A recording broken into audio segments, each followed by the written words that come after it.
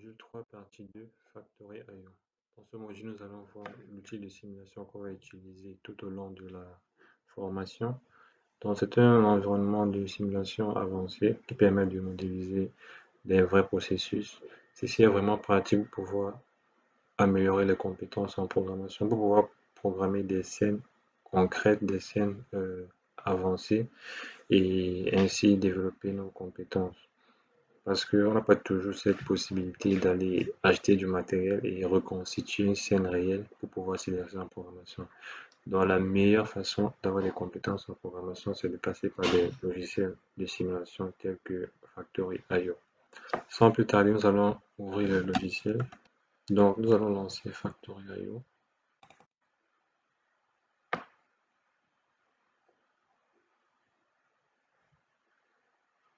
Donc ça, c'est la page d'accueil de Factory. Et voilà, il y a des documentations, des manuels, des pièces, des scènes. Et voilà. Donc là, on peut créer une nouvelle scène. Vous voyez, quand vous cliquez sur un nouveau, vous avez cette interface qui est vide. Donc en fait, là, on peut constituer une scène dans toute cette zone. Déjà, on va présenter l'interface. Là, vous avez une boîte à outils. Vous pouvez prendre des objets pour pouvoir constituer la scène.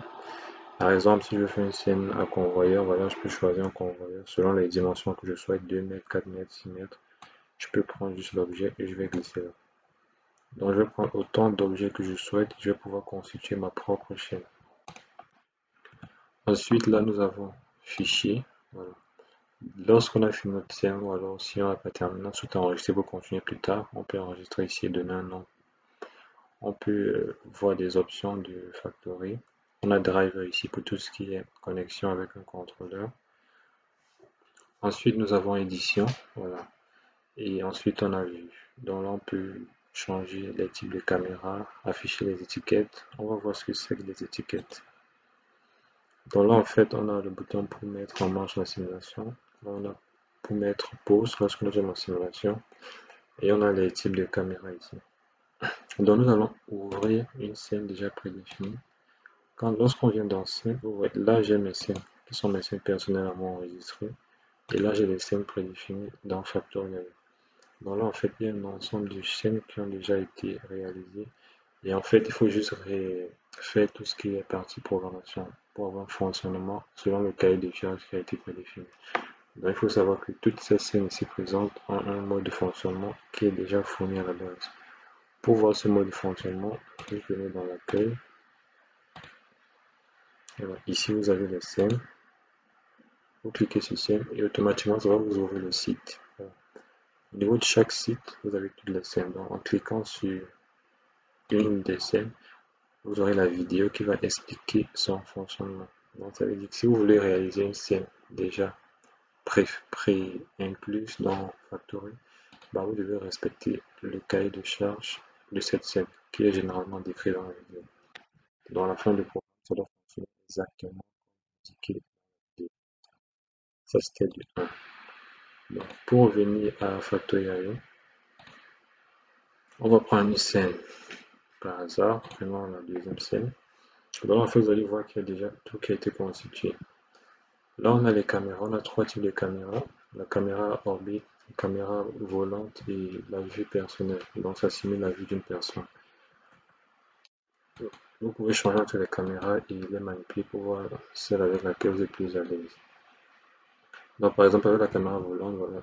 Avec la molette, je peux descendre et monter. Avec les directions, je zoome et je dézoome. Et en maintenant sur la touche droite, voilà, je peux incliner l'angle de vue et faire ce que je veux d'autre. Donc ça, c'est une scène par exemple. On va étudier cette scène. En fait, la première partie, généralement, c'est de voir déjà ses entrées, ses sorties. Donc, quels sont les capteurs? Je peux appuyer sur la touche ici pour avoir l'étiquetage uniquement des capteurs. Vous voyez, si j'appuie, j'ai deux qui apparaissent. Sensor A et sensor B. Donc, j'ai ces deux capteurs. Si je clique à nouveau, ça disparaît. Si je veux afficher uniquement les sorties, je clique là. Et là, j'ai convoyeur qui apparaît. Et là aussi, j'ai aussi un autre convoyeur. Parce qu'en fait, j'ai deux convoyeurs. Vous pouvez voir les deux moteurs des deux convoyeurs. Donc, ça fait deux actionnaires. Ok, ça c'est de 1. Si je souhaite masquer, je clique à nouveau dessus. Si je souhaite afficher tous les entrées-sorties de mon système, je viens dans Vue, je clique sur Montrer les étiquettes. Voilà. Dans cette fenêtre, toutes les étiquettes sont affichées. Je peux déplacer les objets, donc je peux prendre une chaîne qui existe déjà et je la personnalise. Par exemple, je peux dire que je vais retirer cette partie ou bien je vais rajouter quelque chose. Voilà, je peux le faire à ce niveau. Ok.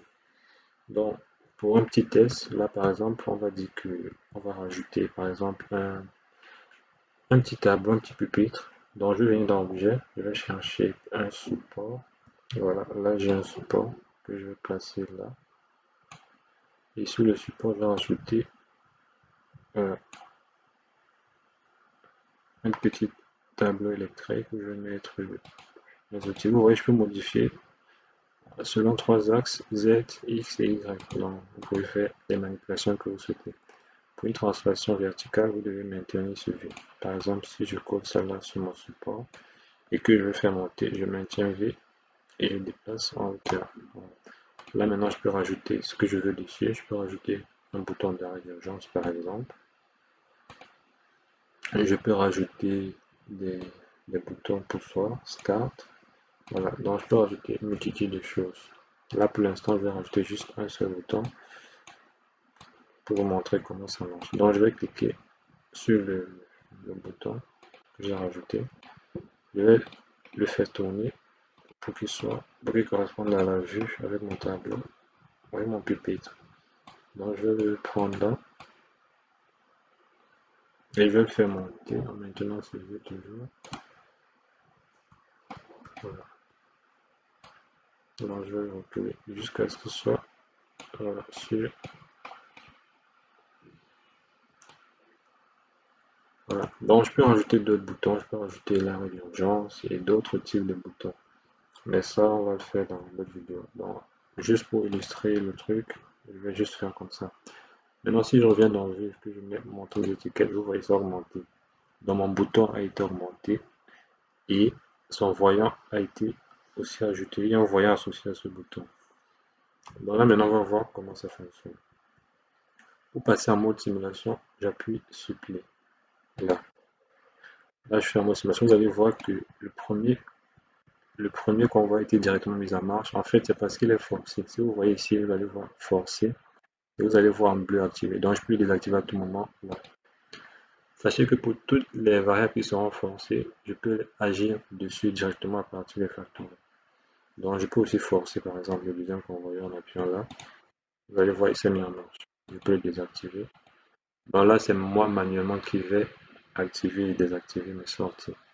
Si je veux que ça repasse en mode automatique, je relâche le forçage.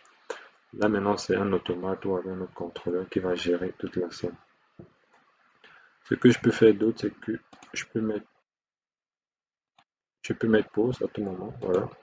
Je peux réinitialiser la scène à tout moment également. Je peux rendre la scène soit lente, soit rapide. Je peux modifier la période de fonctionnement. Voilà, on va un peu s'intéresser maintenant au capteur. Voyez-vous, là, j'ai le capteur. Et comme on a dit, je peux par exemple afficher, voilà, j'ai sensor A. Déjà, sachez qu'on peut renommer si on souhaite. Donc, je peux chercher ici sensor A, et moi je l'appelle capteur. Voilà, je peux faire capteur 1. Vous voyez, il a changé. Je peux faire la même chose pour le deuxième. Donc, sachez qu'on peut renommer toutes les entrées-sorties qu'on a. Voilà. Maintenant, vous allez voir ce capteur. Quand il est jaune, quand tout capteur, tout ou rien est jaune, ça veut dire qu'il est en train d'envoyer un niveau haut. Et vous pouvez vérifier ça. Vous pouvez vérifier ça à ce niveau. Vous voyez s'il est jaune, vous allez voir ici, ça brille. Voilà. On va faire une petite simulation. Et on va le faire passer au niveau bas. Donc je vais actionner le capteur. Vous voyez, là il est passé au niveau bas. Ici, ça ne brille plus. Donc en fait, ce type de capteur fonctionne en logique inverse. Ça veut dire s'il y a une pièce présente devant lui, il envoie un 0, sinon il envoie un 1. Et il y a plusieurs types de capteurs. Maintenant, vous pouvez voir, on peut aussi configurer des objets. Par exemple, là, j'ai le bouton Start. Alors, si j'appuie, Vous allez voir, donc, il y a ce niveau, on va appuyer, ça va briller pour dire qu'il est passé à 1. Et quand je relâche, il passe à 0. Voilà. Sachez que dès que j'appuie, si j'appuie sur relâche, il y a le, le ressort de rappel. Voilà. C'est un monostable. Lorsque j'appuie, dès que je relâche, il revient à sa position. Si je veux qu'il reste à sa position, je peux mettre stop, je clique dans configuration et je change son fonctionnement. Alternate. Donc ça veut dire là maintenant, si j'appuie, il reste appuyé et lorsque j'appuie à nouveau, il revient en position initiale. Là maintenant il est bistable. Donc on peut changer le fonctionnement de certains équipements qu'on utilise. Alors, dès qu'on a créé la scène, dès qu'on a modifié, on a fait tout ce qu'on veut, on va maintenant réaliser la communication avec l'automate. Ça se fait dans le fichier driver. Voilà. Vous allez voir là à gauche on a le capteur, à droite on a tout ce qui est actionnable. Donc, là actuellement au milieu il n'y a rien. Je vais rajouter un driver. Lorsque je clique, vous voyez qu'il y a plusieurs moyens de communiquer avec les scènes. Donc on peut communiquer par OPC, Modbus, par des automates, Allen Bradley et par les automates Siemens. Donc là par exemple, on va choisir le PLC Sim vu qu'on va passer par l'automate simulé. Je clique dessus et automatiquement j'ai un casque qui vient avec j'ai juste 3 entrées qui commencent par 0 et j'ai une sortie. Donc on va voir comment modifier ça. On vient dans configuration. Je peux cliquer nettoyer pour retirer tout ce qui a été câblé. Donc si je mets nettoyer, tout quitte. Maintenant c'est à moi d'égaliser le câblage. Ok. Donc dans la configuration, on va choisir le type de modèle qu'on a. Soit on a un S7 1200, 1500, 300. Nous on va utiliser le 300, donc je vais laisser à 300. Ça c'est la configuration des entrées-sorties analogiques. Donc est-ce qu'ils occupent un double word ou un word? Ce qu'on va utiliser, on va généralement utiliser le word. Donc il faut toujours mettre ça sur word. Ensuite les points d'entrée-sortie. En fait on a ce qu'on appelle l'offset, le point de départ et on a le décompte. Je suppose que j'ai un automate et mes entrées commencent par exemple à i5.0 et ça finit à i5.7. Ce que je vais faire pour adapter avec Factor, je vais dire que le point de départ c'est 5. Donc je vais mettre ici 5. Et dans des comptes, je vais dire par exemple, si j'ai 8 capteurs, je mets 8. Pour les sorties, c'est pareil. Je peux mettre par exemple 5. Et si j'ai seulement 5 sorties, je peux mettre 5 ici. Les entrées, moi, c'est les entrées tutoriels. Donc si ça commence à 30, je vais mettre 30, ainsi de suite. Et si je retourne là, vous allez voir automatiquement ça va modifier. J'ai dit que ça commençait à 5, 0 jusqu'à 5.7 et ainsi aussi pour les sorties. Donc, disons qu'on va prendre les valeurs par défaut, on va mettre 0. Et dans notre système Factory, nous n'avons pas 8, nous allons juste utiliser les deux capteurs et le bouton Start, donc ça fait 3. Donc pour adapter parfaitement au système, on va tout modifier ici. On a également deux convoyeurs et un voyant pour le Start. Donc je vais mettre 3. Automatiquement, ça va s'adapter à mon système, vous voyez. Et maintenant, je peux faire le câblage. Le capteur 1, je le mets à I0.0, capteur 2. Et mon bouton Start. Sachez qu'il y a d'autres variables. Par exemple, si on souhaite savoir dans l'automate si le factory est en mode simulation, s'il est en arrêt, s'il a été réinitialisé et si son échelle de temps a changé, ben on peut le câbler aussi là. Pour l'instant, on n'a pas utilisé donc cette sortie analogique. Dans les prochains TP qu'on va faire, on va les utiliser et vous verrez comment ça marche. Pour les actionneurs, voilà, je vais mettre le premier convoyeur. Donc je mets le convoyeur là. Le convoyeur d'entrée, je le mets en première position. Et le bouton et le voyant du bouton start, je le mets. Donc là, j'ai réalisé mon câblage. Si je fais connecter, eh bien, il va me dire il n'y a pas de PLC SIM qui est en fonctionnement. Ça, c'est simplement parce que je n'ai pas lancé de PLC SIM. Donc, il a échoué. J'ai le voyant ici qui me dit erreur de pilote. Donc, pour que ça fonctionne, je vais aller sur Tia Portal. Je vais créer un projet. Je vais définir une CPU SL300. Je vais lancer en mode simulé. Et ensuite, je pourrai faire la connexion. Donc, voilà l'interface TIA. Je vais créer un nouveau projet. Je vais l'appeler par exemple Factory 1. Je vais valider. Bon, ma verticule m'a déjà utilisé, donc je vais mettre Factory 2. Une fois que le projet est créé, je vais configurer un appareil. Je vais ajouter un nouvel appareil. Donc ici, ce n'est pas comme une scène physique. Vu qu'on va faire la simulation, on va choisir n'importe quel contrôleur du 300 pour éviter de rajouter des modules matériels. Voilà. Je vais utiliser une CPU avec une CPU compacte qui aura déjà des entrées-sorties. Et je vais m'assurer que ces entrées-sorties peuvent contenir mon système. Voilà. Donc là, par exemple, j'ai 24 entrées, 16 sorties. C'est largement suffisant pour le système que j'ai. J'ai même des entrées analogiques que je peux utiliser. Donc, je peux prendre celui-là. Bon, et il faut aussi savoir que ce ne sera pas la peine de choisir des CPU avec Profinet ou alors avec un module de communication. Voilà, on va utiliser le MPI de base, voilà, puisqu'on passe en mode simulation. Mais lorsqu'on va faire des simulations avec les HMI, on va utiliser l'interface Profinet ou Ethernet. Donc pour l'instant, on peut utiliser juste le MPI. Une fois que l'automate a été ajouté, voilà, j'ai ma CPU, j'ai mes modules d'entrée-sortie. On atterrit toujours sur cet onglet. Donc, comme j'ai dit, c'est pas la peine de rajouter l'alimentation, les modules de communication. Non. Ici, je vais passer par la simulation. Je me rassure juste d'avoir le nécessaire pour faire tourner la scène de facteur. J'ai besoin de 3 entrées, 3 sorties. Donc, ensuite, ce qu'il va falloir faire, c'est l'adressage. Je dois respecter l'adressage que j'ai mis dans Factory. Donc, soit j'adapte Factory à l'adressage de mon automate, soit je vais adapter mon automate à l'adressage de Factory. Donc, je vais chercher le module pour les sorties.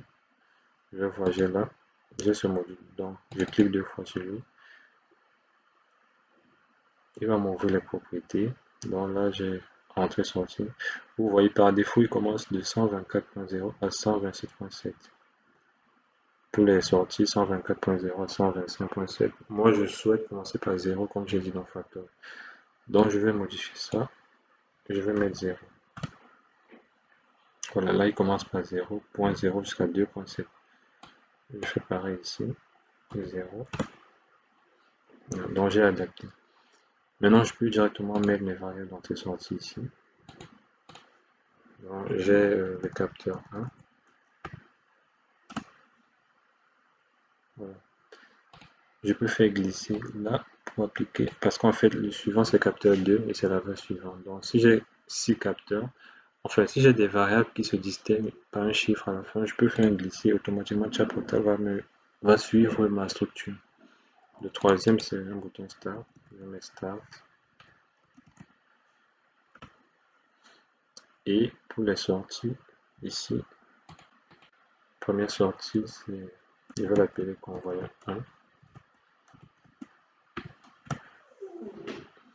Et je vais glisser pour le deuxième convoyeur.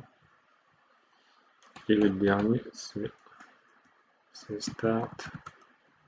Voilà, c'est la lampe de Start. Voilà. Bon, une astuce en fait. Chacun peut avoir des astuces ou des petits guides pour pouvoir être programmé efficacement. Par exemple, moi, je vais toujours mettre des capteurs en minuscules et les actionneurs en majuscules. Ça me permet d'éviter certaines erreurs lors de la réalisation du programme. Donc, après l'avoir fait, je peux venir dans mon bloc de programme là. Je vais venir dans le main OB1 et je peux réaliser certaines tâches. Donc, la première des choses que je vais faire, c'est je vais dire que si j'appuie sur le bouton Start, et ben je vais faire briller son voyant. Donc, je peux venir ici dans le réseau 1. Je vais dire si j'ai Start, je vais mettre la bobine pour le voyant. Donc, je vais faire Start là. Je vais mettre Start lampe comme ça. Donc, première des choses, je peux mettre ici en description au voyant Start. Et déjà, je peux charger tout ça dans mon automate. Bon, on a dit qu'on va passer en mode simulé, donc je vais cliquer là et je vais dire lancer la simulation. Vous voyez, automatiquement, il va me lancer le PSSI.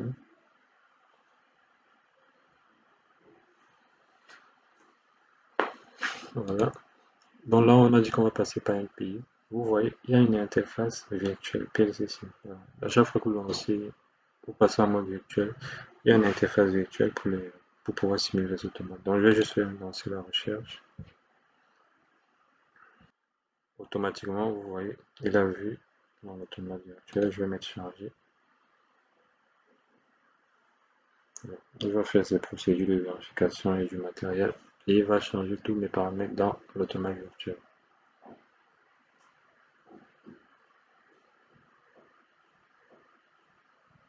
Voilà, charger, chargement cohérent. Le chargement cohérent, ça veut dire qu'on va charger la partie matérielle et la partie logicielle dans l'automate. Et on va écraser tout ce qu'il y a. Donc là, je peux passer en liaison en ligne.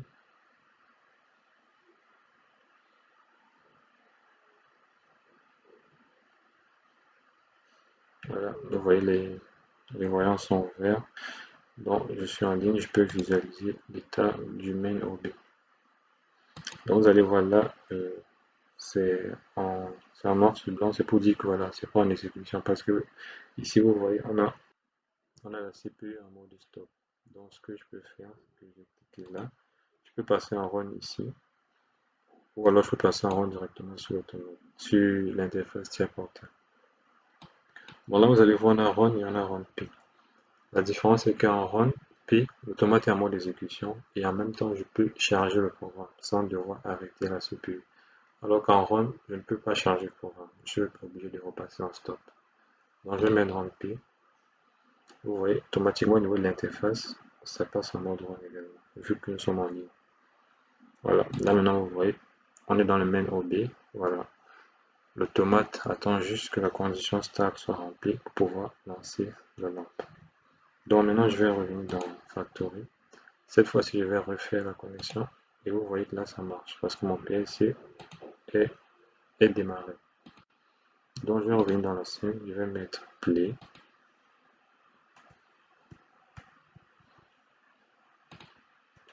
Ce que vous allez remarquer, c'est que si j'appuie sur le bouton Start, son voyant s'allume. C'est ce que j'ai mis dans le programme. Vous voyez, le voyant brille. Et dès que je relâche, là il est en bistable. Donc si j'appuie à nouveau, il va se relâcher.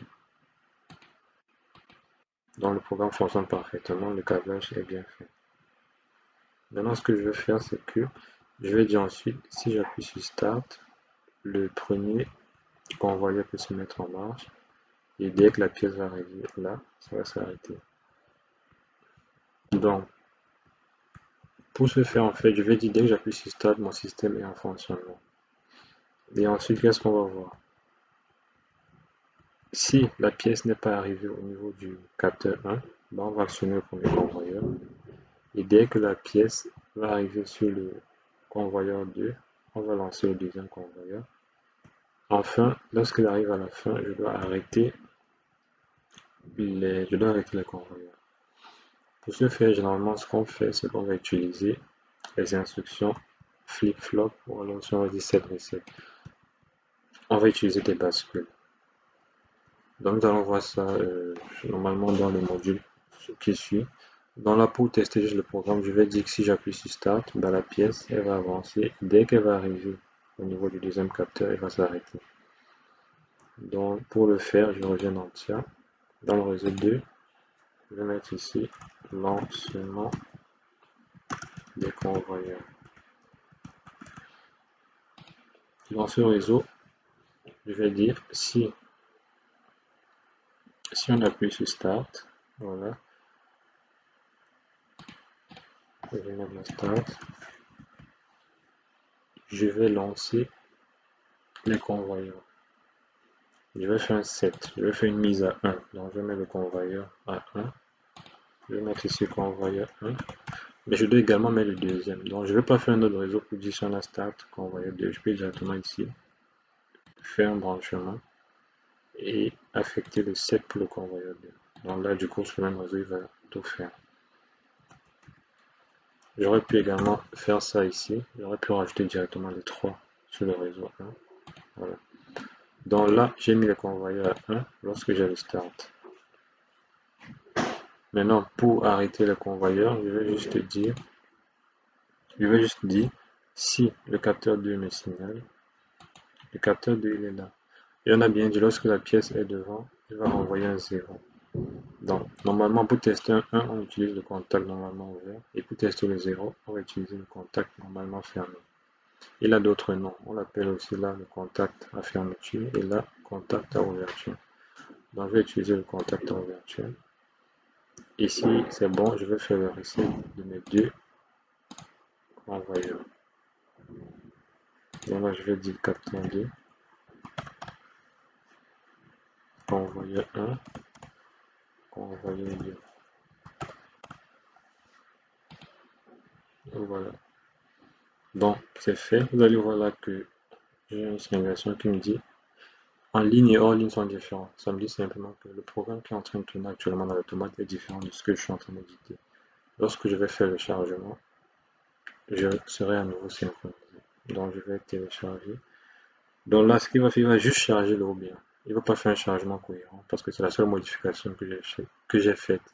Mais toutefois, si je veux faire un changement cohérent, je peux toujours venir à tout moment ici et sélectionner changement cohérent. Dès que je charge dans l'automate, je peux repasser en ligne. Vous voyez à nouveau, c'est vert, c'est synchronisé. Donc, si je reviens dans Factory et que j'appuie sur Start, vous voyez là, rien ne s'est passé. Donc, à tout moment, il faut savoir interpréter les erreurs que vous avez. Rien ne se passe en fait parce que je n'ai pas relâché mes variables. Donc, vous allez voir ici, le convoyeur, les deux convoyeurs sont toujours en mode forçage, ils sont bleus. Donc, pour les relâcher, je clique là et je clique là. Et vous voyez, tout se met en marche et dès que le dernier capteur est détecté, tout s'arrête. Voilà. Donc, je peux réinitialiser la scène et je recommence, j'appuie sur Start et le même fonctionnement va se répéter. Donc, n'oubliez jamais de relâcher les variables forcées. Donc, pour comprendre comment la scène fonctionne, vous pouvez forcer les variables et faire avancer le son manuellement. Mais lorsque vous voulez passer en mode programmation, il faut toujours relâcher les variables. Donc là, pour récapituler, nous avons présenté Factory.io, nous avons vu son interface, comment créer des scènes, comment programmer des scènes qui existent, comment relier avec le PLC Sim, et on a fait une petite application de test.